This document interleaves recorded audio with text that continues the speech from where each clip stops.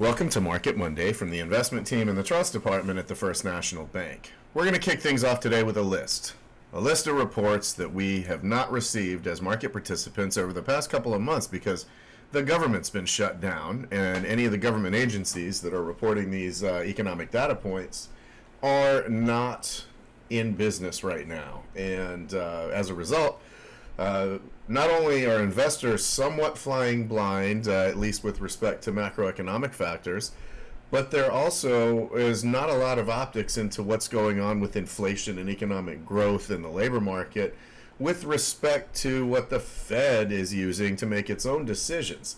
Now, they met, essentially last week and came out with another quarter percent cut in the overnight rate. However, there was a lot of dissent on the board. Quite a few of the Fed governors were not in favor of it and have had public commentary saying that, things don't look like it's necessary that they even cut the rate last week at all, let alone, have any kind of inkling to continue.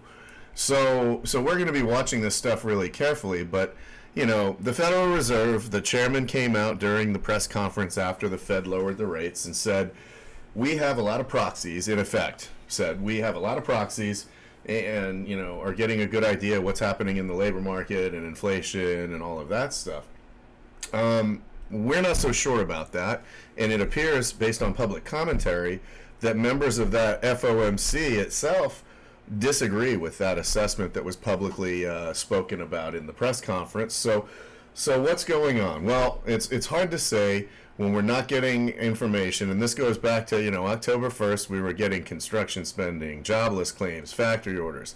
This non-farm payrolls number that we went without in October is quite a big deal, and it appears likely, since the government is still shut down, we may not get that number right away for this month coming up when it's due on Friday, and that's just leading to adding to the opacity of the situation. But in any case, we'll get more information on labor market, more information on demand, all of this stuff that we would have gotten that allows us to see what's happening with the economy. We're not able to see things that are important. Business inventories, are they climbing? Are businesses stocking up on things to turn around and sell? Or is it happening more importantly, at the wholesale level, which would suggest that businesses are reducing their orders for new things and expecting contractions in demand? So without this information, we have a harder time focusing on what's going to happen. And we missed GDP and we missed a number of other things. Now, we do get information from non-government sources like the Institute for Supply Management. We got information that showed, hey, things are a little bit weaker in the manufacturing sector. And who knows, we may get, depending on when they open the government back up, we may be getting some of the information that comes out from government reporting. Maybe we'll get information here on the labor market, and we'll get the non-farm payrolls number this week if they can manage to get the thing open again. So with that said, payrolls is expected to be weaker than it's been over a long period of time, and it's been shown to be weaker than it's been over a relatively long period of time. However, it's not showing signs of very, very catastrophic challenges that warrant a rate-cutting cycle. Unemployment's still well below 5%, even as the last reading that we got. And really, 5% is the level that's long-term sustainable growth. So we're going to keep watching for that. What are the implications of the rate cuts themselves? Well, inflation was running above 3%, and then they cut rates on, first it was September 17th, and then they cut rates again last week. And in the interim, something really interesting has happened to the Treasury bond curve. We're going to blow this up a little bit so we can see the whole curve. But if you look, yes, the overnight rate came down. The 1 month rate came down. 6 weeks, 2 months, 3 months. These rates are lower than they were before September. However, once we cross 6 months, something really interesting is starting to happen. Today's rates are actually higher than they were when they began cutting rates in September, And rates are now 50 basis points lower, theoretically, at the low end, the Fed's overnight rate. Yet, 1-year paper's up 6.5 basis points. 10-year paper's up 7 basis points. At 5 years, it's 12. So, why is that rising? Why is the Treasury bond rate and the Treasury bill rate that's out past 6 months and the Treasury note rates that are in the middle of the curve, why are those all rising when rates are lowering? And this is something that folks need to understand. The lower overnight rate is essentially the cost of money, overnight financing, that fuels a lot of corporate activity. And so that overnight rate being very low or lowered essentially cheapens the cost of borrowing funds to execute and plan projects. So it is inflationary in the longer term. It's encouraging spending because it's lowering the cost of money and it's making money more freely available, essentially. So it is considered to be inflationary, and inflation already running at 3%.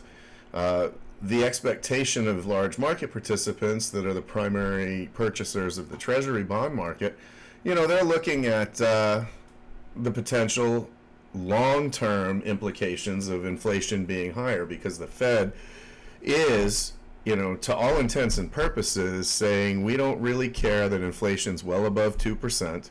We're willing to let the economy run a little bit hotter than it should in order to accomplish some goal. That's not really clear to us what the goal is precisely. However, if it becomes the perception of the marketplace that the Federal Reserve's guidance that 2% is their inflation target is no longer the target, and that they're really less concerned with inflation, that runs the risk of long-term market participants actually baking in longer-term inflation expectations and the creation of a vicious cycle where higher expectations for inflation lead to higher inflation. So the Fed's credibility is now starting to get close to being on the line. Are they going to focus on keeping inflation low? Are they going to focus on stimulating the economy even when it's already, to all signs we can see, going strong, or at least strong enough?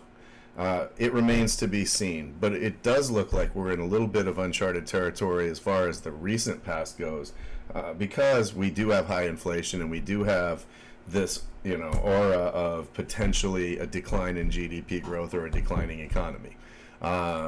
May you live in interesting times. I guess that's the old Chinese curse, and the times are pretty interesting right now. Nobody knows what's going to happen.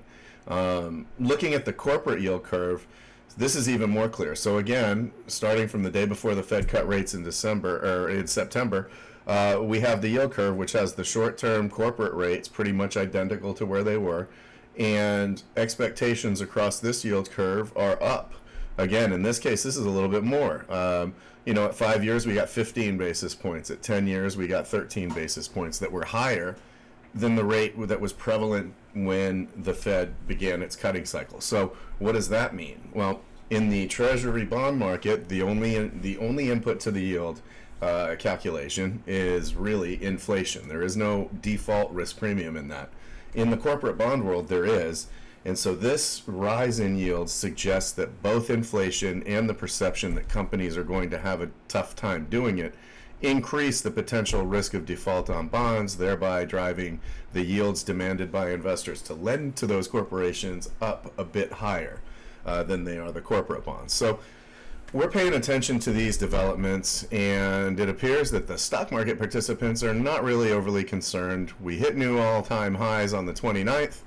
We're pared back a little bit from that as of today, Monday, November 3rd. However, there's really not a lot of a sell sentiment in the market, and we are trading up near all-time highs. Volatility, as measured by the average true range, the difference between the high and the low of every day over the past, in this case, 2 weeks, that's declining. So that says that there's a lot less variability than there was a few weeks ago. October 15th, this average true range was more than 100 points, saying that, hey, over the preceding couple weeks, there's been a plus and minus 100 point swing every day. And so that's, tapered back to about half.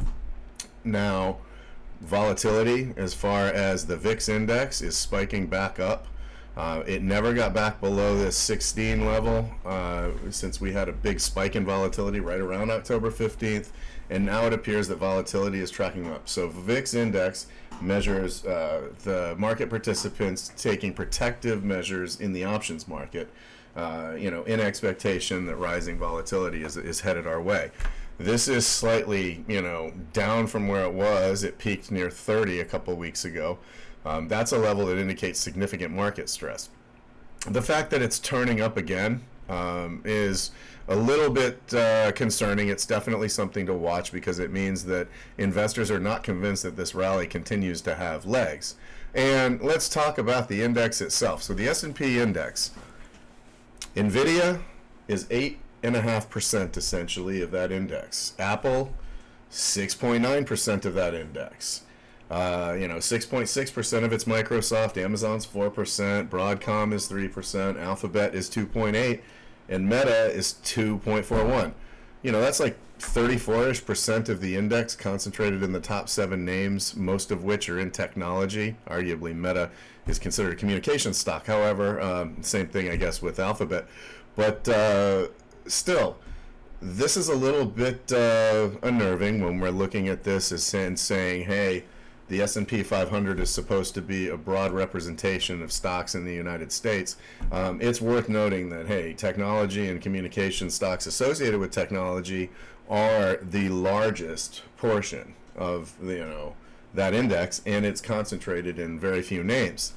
That said, over the past 20 years, markets have gone up, markets have gone down. We don't want to get too excited when they're trading at all-time highs. We don't want to get too despondent when they're trading down from their all-time highs and maybe pulled back 10, 20, 30%, all of which we've seen in the past 10 years as pullbacks. So what is an investor to do? We stick to the long-term plan and continue to adhere to time-tested principles. So if you have questions, if you have concerns, if you're wondering about implications of the government shutdown on economic reporting and the integrity of Federal Reserve policy, or you want to talk about how, what the implications of where we're at in the market cycle are going to impact your account and investments and plans, feel free to reach out to us and call us. We love to talk about this stuff. Hope you found the video useful. Thanks, and have a great day.